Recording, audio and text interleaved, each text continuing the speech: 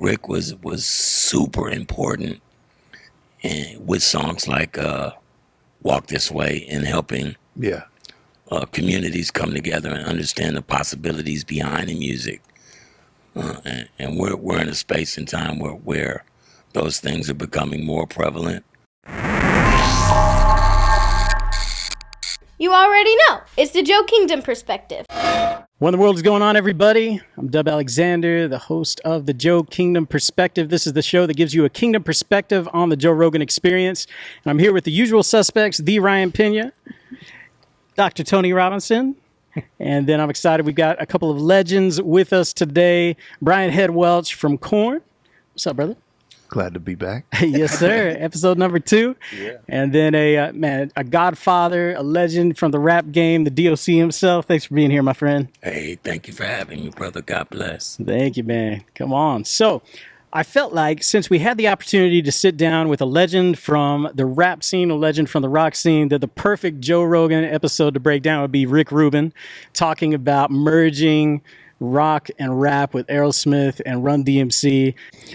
And then we can get some perspective from some professionals in these fields. And so, Lance, let's take a look at this Rick Rubin episode. Hip-hop from the beginning was always a form of montage. It was finding things and making something new out of it. It wasn't finding things to make it sound like it sounded. It was finding something and changing it into something new. That's what was exciting about it. And this montage process is the basis of hip-hop, and up until the time of It's Yours, we didn't really hear it on the records because people still were making records using traditional methods, non-hip-hop methods. Did you get a sense, like, while this was all happening, of how this is like a completely new music genre? This is a whole new music scene. Like, it must have been very exciting. It was, being part of it was very exciting. And loving it was exciting, and there was a disconnect between that and the outside world, because the outside world didn't even recognize it as music, much less something that was good, like, oh, that could be good. It was viewed as this other thing, not music. Other thing. Yeah, that's how it was described. I can remember being in.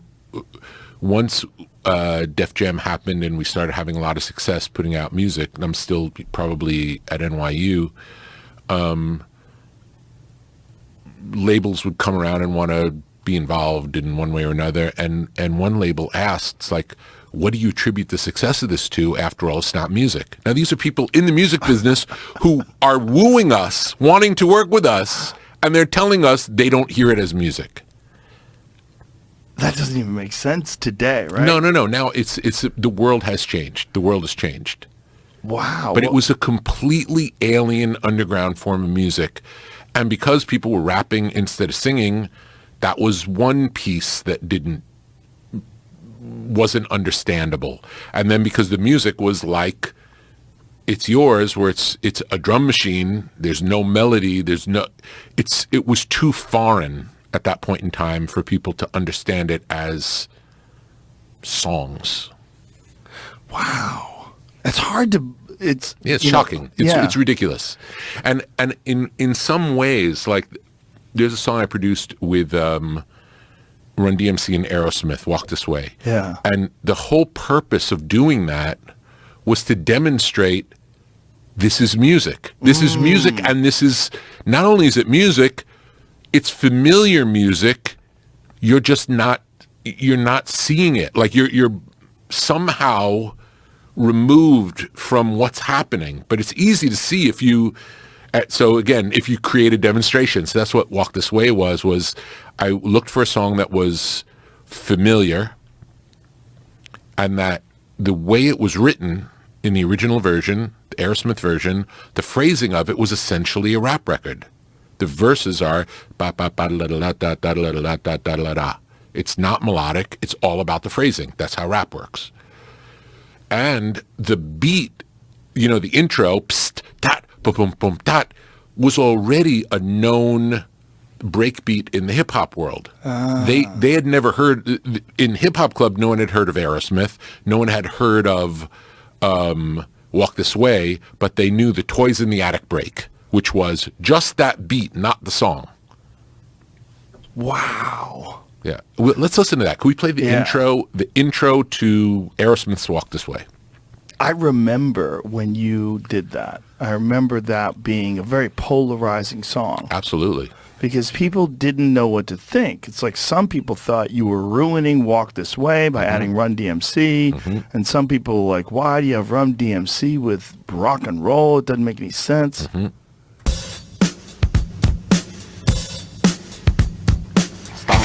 Just that long.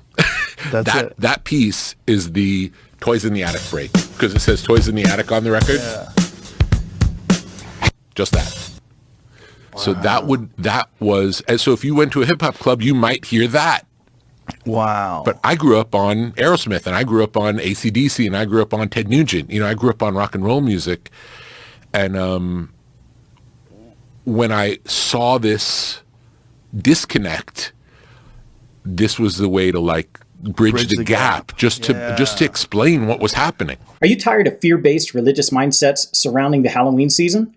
Listen, my friends, the devil is a chump, an unemployed cherub seeking employment in your thoughts. He doesn't own anything, much less an actual day on the calendar. Yes, he was referred to as the ruler of this world before the cross, but simply the prince of the air afterwards. Talk about a demotion. Want to hear more? Then let me invite you to join School of Kingdom's exclusive online equipping event of the fall, Redeeming Halloween. 4 powerful nights, 4 revelatory professors, 4 intriguing topics, namely the kingdom of darkness, witchcraft and the occult, demonic oppression and deliverance, and last but not least, the cloud of witnesses. Register now to gain a fear-free kingdom perspective on this Halloween season at redeeminghalloween.com. Catching this episode way late? Have no fear, you can still purchase limited replay access to these teachings at redeeminghalloween.com. See you soon. This special celebrity edition episode of the Joe Kingdom Perspective is brought to you by School of Kingdom, the premier online school for detoxing religion and establishing a solid kingdom theology. Oh my goodness. So much to be said in that one chunk right there. I'm going to start with this, the one phrase he said here, where it was always hip hop was always about finding things and making something new out of them. And when you take that in a kingdom perspective, I mean, that's what Jesus came to do. He came to find us and to make us into new creations. So that right there, there's that mirroring of the wisdom that it took, the partnership of man with God to enunciate a new sound upon the earth that would capture a generation. And it's just, man, it's a model that's taken from the way that God interacts with the world, finding something and making it completely new, which is what he did with each of us. But let's talk a little bit about the music portion first. And so, man, what do you see in this? What Rick was talking about, what really jumped out to you as he was kind of laying out the process of what it looked like for him to have the boldness and the courage to say, hey, I'm going to do something that's never been done before. Take 2 genres that most of humanity couldn't see any place for synergy and connection and put it together, man, that just blew up. I mean, it's totally clear to me. I see him as like a prophet and a visionary. He was given a vision. He was given something that he saw that other people couldn't see. And what is the job of a prophet and a visionary? They have to come and educate. And so he was frustrated, but he had to come and educate the people to get them to see the vision that he was seeing and where the music was going. And it was a big job. It's a frustrating job because, it's right here. It's right. Can't you see it? Can't you? It's his music, but he had to educate people because they were, to a lot of people, they were talking. Yeah. They were talking in time, in rhythm. So it wasn't music to them, So, that's why he's still around. Rick Rubin is for all these decades later is because he's very gifted to see, he saw what was coming, what God released on the earth. He picked it up, and then he had to educate people to open up to it. And he was the only one of them, only one. I'm not saying he's like the prophet of, I'm just saying that he saw something early on that, and he helped. Yeah. Probably a lot of white people. Facts. You know what I'm saying? Which they needed. That's such a good point, man. And I loved how you said that he picked up what God had released on the earth. And, one of the reasons that we do this show is to help people capture that God is no respecter of persons. When he's ready to release a new sound, something new upon the earth, he's going to release it. And sadly, most of us, grew up in religious boxes. And so we've missed the blessings, the new revelations, the new innovation that God is releasing upon the earth. And so it was people outside of the church that had the permission, the ingenuity to grab it and produce it. And it's our heart, for us as believers to stop missing the opportunities and to begin to partner with the new things that God is doing on the earth. And so, man, as a guy that was in the front of the hip hop movement from the very beginning, what is it like to hear that conversation, and what stood out to you? I have so much respect for Rick and what he did. He's a part of my childhood, when, there's a movie he was in called Crush Groove that really set me off and made me really understand that's what I wanted to do, but there's always been an underlying sort of attitude from the system that they get to dictate to you what is and what isn't. And nobody gets that glory but God. It's what he made. You call it whatever you want. The subtleties of rap are that when you're rapping, there are notes within those bars that you must hit in order to establish a journey within the record. Those notes aren't sang in the same way as a traditional R&B song, but they're just as important. Come on. Yes. And so for anybody to tell you what it isn't just means that they don't know what it is. But Rick was super important with songs like Walk This Way in helping communities come together and understand the possibilities behind the music. And we're in a space and time where those things are becoming more prevalent, just like Fat Mike and I, that no matter what we're doing, we're better doing it together. Come on. And so, and this system, the one that we've been attached to for so long, has been guiding all the sheep a certain way that we need to really kind of wake up and understand that we can only be what's really possible together, and quit looking at it as it's our journey or you guys' journey. It's just all one journey, and we're trying to figure out how to incorporate that so that we all can be happy and live and love and prosper and glorify God's name. That's what it's all about, right? Let's go, man. Sounds like the gospel to me, man. Hey. Come on, Ryan the Revelator. No pressure. What stood out to you, man? So, I was thinking about this on the way up here. The Amazon River, which we all know is one of the longest rivers, and it's super popular. But what people don't realize is that it actually begins where two rivers come together and form the Amazon. Wow. And so I think there's a difference between a pioneer mentality and a settler mentality. So for the settler, it's like, oh, this is it, and this is all there is to it, and I'm going to put my fence, and I'm going to make this home. And the pioneer mentality is like, no, where can we go from here? This is great, but where do we go from here? And it seems like there's kind of a contradiction between those two mindsets sometimes, where the settlers are like, where are you going, and why are you making that? Well, that we don't need that. But thank God for the pioneers, because that's the innovative mindset. That's and I feel like that's something in the heart of God, where it's just I mean, we know that God had angels and all kinds of angelic creatures, and then we see in Genesis where he's like, yeah, let's make man. Yeah. Well, why, God? You've got everything you need already. Well, you don't, but it's the heart of the innovator, the heart of the creator.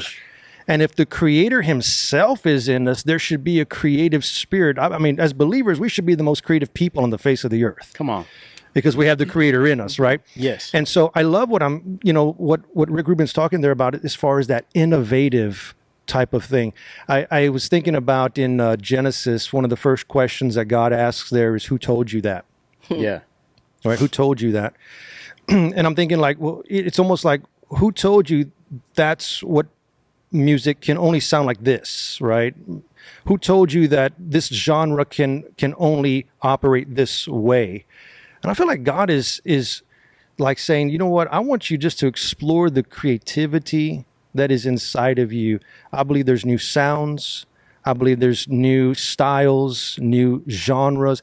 But I love how in this it was two things coming together that formed. And it actually, and I don't know if this is in another segment or not, but he talks about how that's what actually with Aerosmith, how they had been. It's coming. All right, I'm revelating too far ahead right now. Getting too prophetic. You're a prophet, man. Like, calm down.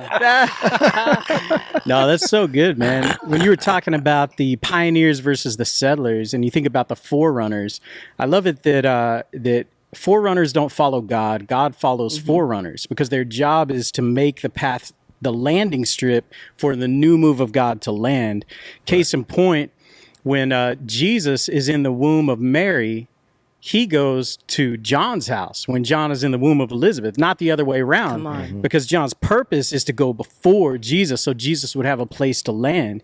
And it says that when Jesus in the womb of Mary enters the room where John the Baptist is in the womb of Elizabeth, that John leapt. And that the clue to know if you're a forerunner is if you are in a dark place, not fully formed. In other words, if you don't have full understanding of what you were made for, and you're not yet fully equipped to do it, but when the sound of your purpose enters the room, you jump and you're ready to go, you're a forerunner. And I think that that's what Rick Rubin did, man. He had this opportunity. He heard a sound. Come on, the kingdom is sound activated. That's right. You got to hear a sound before you're able to see anything. He heard a sound and it made him jump. It made him move in the midst of controversy, in the midst of disbelief, in the midst of mockery.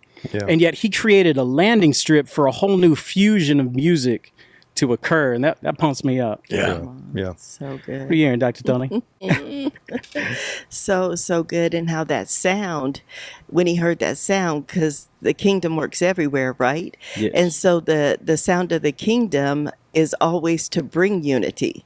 And so when we hear the sound of the kingdom, we hear the kingdom sound, it will unify and bring us together in a way like, wait a minute, what we have in common is greater than what we don't have in common. So it brings unity out of diversity, because we can't have one without the other. True unity is it has to be diverse, right? Otherwise, we'd all be sitting here, just white people or black people or, whatever. Yeah, you're right. But the diversity that's right here is what looks like unity, right? Yeah. And I love when Ryan said about the two rivers coming together. I was like, oh, snap. No, he didn't just bring two streams together. Yeah, he did. Oh, hey. Yeah, he did. Because that's what the sound of heaven will do. Will bring the streams together. And, in the Christian world, we have these multiple streams.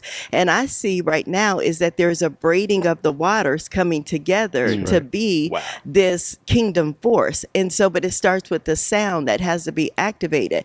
And one of the things about Rick Rubin, he didn't just bring, to me, genres together. He brought generations together. Because I'm AC/DC Aerosmith, because you know how I grew up, right? So we were the only black family in an all-white community. But look at you, the only white family in all black community. So I'm over here with AC/DC, you over here with Run DMC, but look at us now. Hey, come on. So when we're open to hearing the sound, it brings generations together. It brings cultures together so we can see true unity that's a reflection of the heart of God and what the kingdom is supposed to look like. And sometimes we have to see it outside of the kingdom before we realize it's in the kingdom. And I go here? I got to get real comfortable. Do it, Doc. Why do we act like creation stopped with God? God created the world in 7 days and then he rested. Well, he told us to be fruitful and multiply. So creation didn't stop because God took a break. He's like, I don't have to do everything now. I've given you creative we are supposed to be creating things and creating that. I think we're I don't want to use the word recreating, but it almost feels like we're recreating heaven on earth. And so it is that new thing. It is like it's being transformed, it's being remodeled. And I was like, well, dang, what if the original intent for Aerosmith and Run DMC for that little moment, what if the original intent of that was the new thing? And so, because nothing's wasted in the kingdom, right? So we lay something down. We may lay a track down here. Someone else picks it up here. But if we don't keep recreating, we'd just still be listening to Mozart and Bach. We'd stopped at D.O.C and Louis Armstrong. But because we're open to hearing new things, we build upon it to create something new that's relevant for today. Yeah. Boom. I love, one of the things is all of us are, let's say it this way, all of us are wired with a certain sound, and all of us are wired toward a certain sound. Golly. Right? But to truly be innovative, I still need to put value on sounds that I may not be specifically drawn to. Mm-hmm. Come on. Right? I mean, like all these different genres, all these different streams, like I know what I like, but I still have to have value for the things that maybe I'm not listening to all the time or that I'm not really involved with, because it's when you value something that you can have that creative and innovative process begin to flow. I think value, because, in the Greek in the New Testament, value and honor are used interchangeably. Mm-hmm. So to honor something means I see the value in it. Come on. Yeah. Right. So I can see somebody's maybe quirks, mistakes, whatever, but still have value for them, still have honor for them, because I see the treasure of God that's in their life, the value that God puts on them. Same thing in any circle of genre, whether it's music or whatever, is that, man, I think when we really have, because human tendency is to kind of like devalue what I don't like. Wow. Because if I don't like it, I'm pretty sure God doesn't. It's like that's kind of our mode of operation, right? But the reality is that, man, God is so creative and so diversive in everything, and it's like, man, if I can just have value, if I can see honor, I can take a stream I've never even been part of. Come on, take a sound I've never even listened to, but also create with it. And I think you're seeing that. You're seeing generations that are looking for new sound, right? That are looking for something that's fresh and something that speaks to the heart. Yeah. Right. And so, I just, I was just thinking about that. The whole thing of honor or value, right? I think that's a key to it. Yeah. So good. And I think you just hit it spot on, right? It's that honor, it's that value piece, because what we don't value, we will dishonor. Because if we don't honor it, we'll dishonor it. And when we look at what that means, it means to disconnect myself from the honor that it carries. So I'm disconnecting myself from the value that it holds, right? And if you devalue something, you'll dishonor it. If you dishonor it, you'll disgrace it. And that is to disconnect myself from the grace of it, right? But when I can begin to honor a thing, I'm connecting myself to the honor that it holds.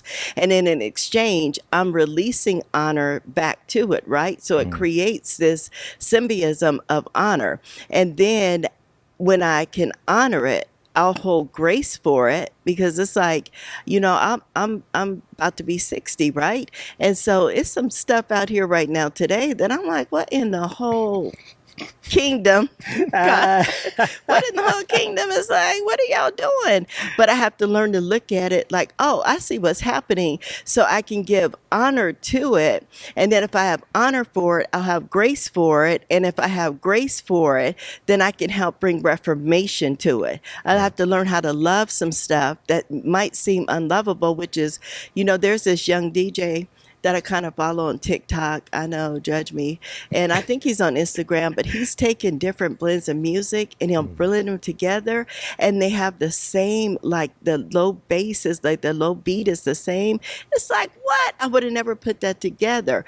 But I saw how he's connecting the two, and it's causing people who would only listen to R&B and soul was like, wait a minute, this country western got a little flow. It's causing some people who only do rock is like, wait a minute, R&B got a little bit of something. So it's bringing some unity, but that can't come in the absence of honor, dishonor, and disgrace. Yeah. Ryan, I feel like I hear your gears spinning, man. What are you thinking? It's funny because Korn right now, we're doing this. There's this thing called LoFi, and they're taking Korn crazy songs and making it sound like a lounge LoFi music. LoFi is on. Yeah, you heard that? You've heard it? That's my thing right now. Really? Yes. And so I just was gonna approve a couple songs with the band. You know, That's crazy. And so I mean, talk about totally opposites, right? It's like lounge music, Right. and it's our song "Freak on a Leash," and it's just like. And it's just really chill, and the vocal melodies are played through the music, and so I don't know, when you're talking, I was just like, dude, that's right what I'm doing right now. But yeah, I don't know. I'm just listening. You guys are like breaking it down. I look at D.O.C. Me and him are just going. We're taking in the milk, man. Oh my That's goodness. a lot of wisdom. Y'all are going deep here. I was thinking about there's a scripture. I'm not the chapter and verse guy. Ryan probably knows where it is, but there's a moment where God speaks over Jesus, not his baptism though, and he says, "This is my beloved Son in whom I am well pleased." And then the scripture says something super curious. It says that some heard God say that, some heard something and said, "I think that was an angel," and then some said they heard something and they said, "It's just thunder." Yeah. And I think that is an indicator of not only the maturity of the audience, but also the fact that there's always value in the sound that you produce, even if not everybody is ready for it yet. And so when you think about the music that you've produced over your career and, oh my gosh, like all of the things you were in the collaborative creative process in, and how different people groups have been able to receive from your creative process and what you produced upon the earth at different times and at different levels. What is that like for you to meet fans and people that have benefited from you from different age groups and demographics? And what's that like for you? It's a blessing, bro. Yeah, I mean, after what the path I took, it's a blessing that anybody kind of really gives a hoot, on any level, you know what I mean? And so I'm grateful and I'm thankful for all of those things. I recognize it as God. It is what it is. And I don't separate God from anything. You can't, it's him. It ain't me. I listen to you talk and I hear him. Thank you. I listen to the bus driver talk. I hear him. Listen to my son talk to me. I hear him.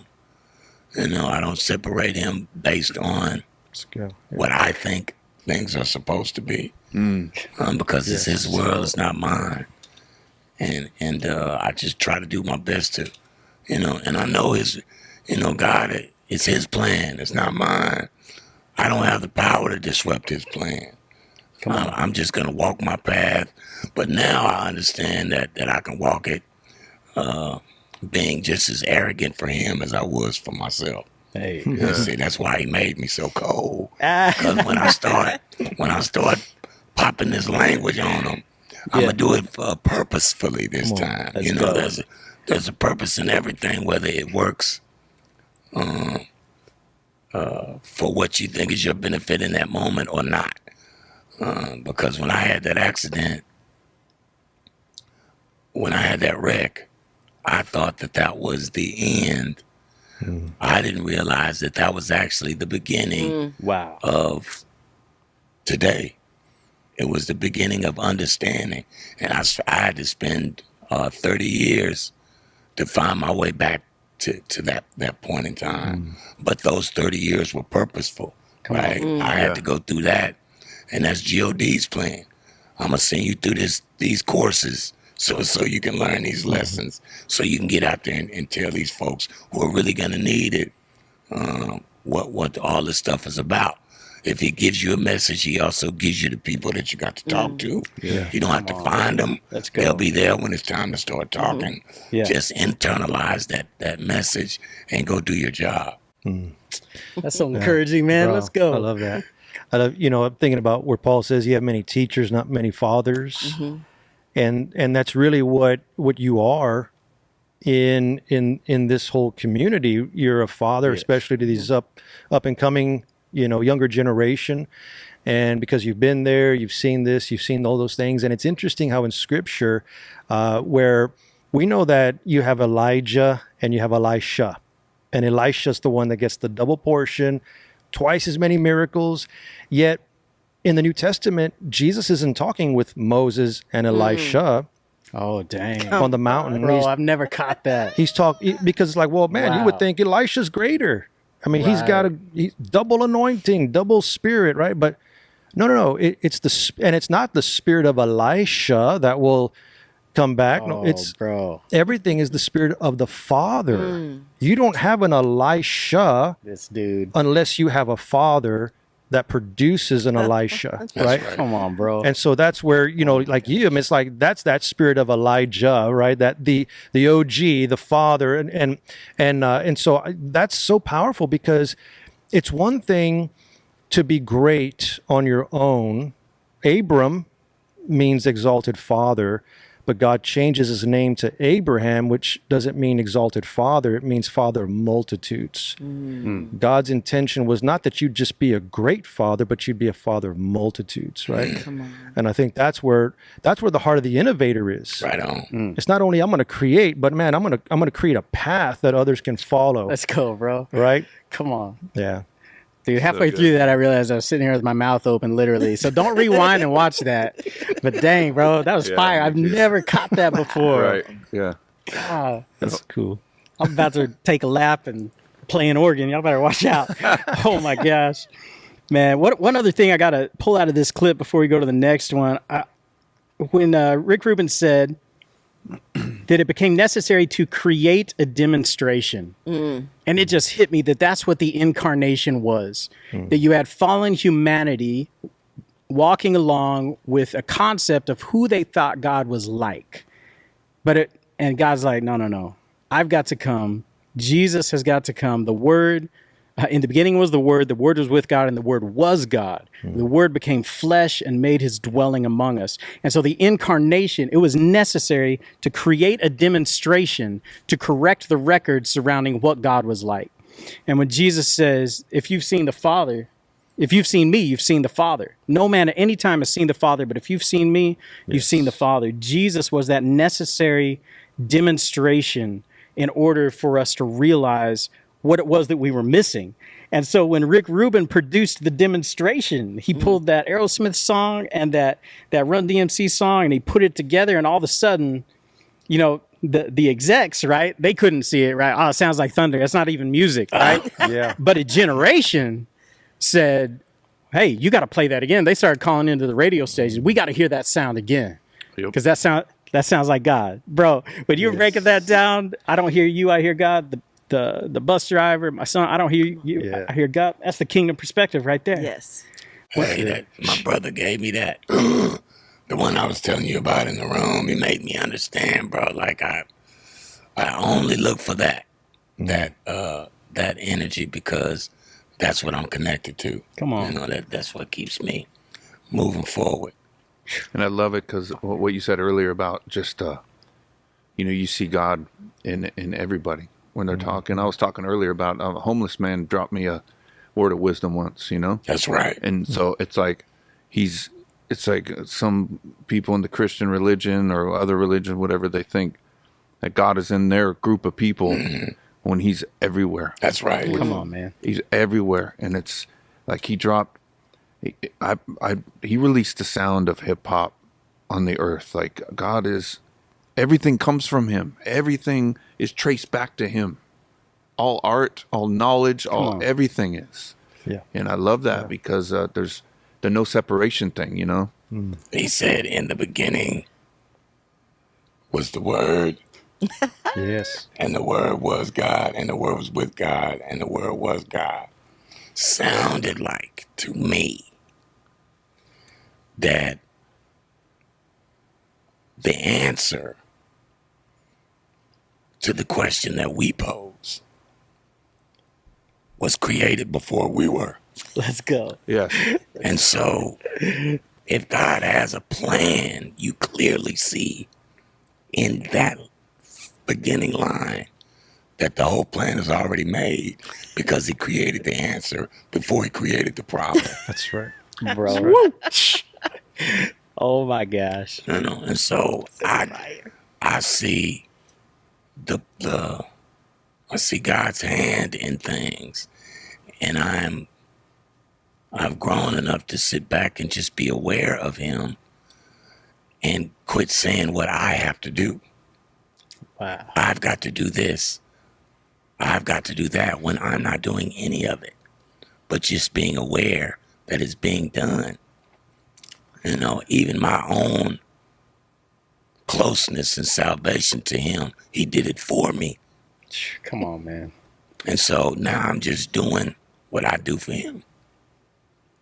Dude, you're ministering to me right now, man. It's that simple. I'm not even playing, man. In the midst of the podcast and this conference this weekend, man, like, dude, that just unlocked a whole nother level of peace in me, man, right now. I appreciate that, bro. Beautiful sentiment, bro. I told you my little brother, you know, he turned into a real sort of prophet in his own right.